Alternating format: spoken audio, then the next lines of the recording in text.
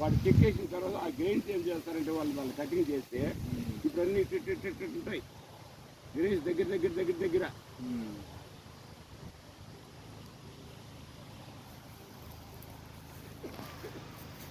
ఇట్లా వస్తాయన్నమాట.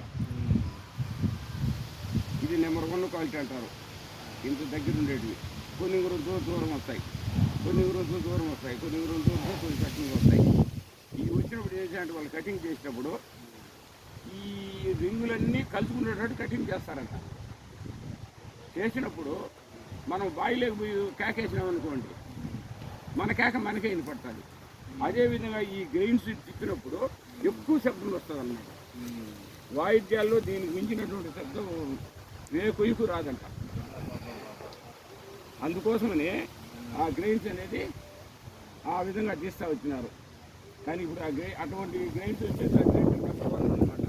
ఇప్పుడు నీకు number 3 A quality, B quality, C quality అని 4 క్వాలిటీలు ఉన్నాయి. ఏబిసిడి.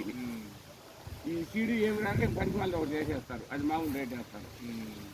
అట్లా ఆ విధంగా ఉంటాయి. కాబట్టి మనకు ఆ విధంగా అట్లా వచ్చిందనుకోండి, ఆ గ్రెయిన్స్ వస్తే నీకు మంచి రేట్ వస్తుంది.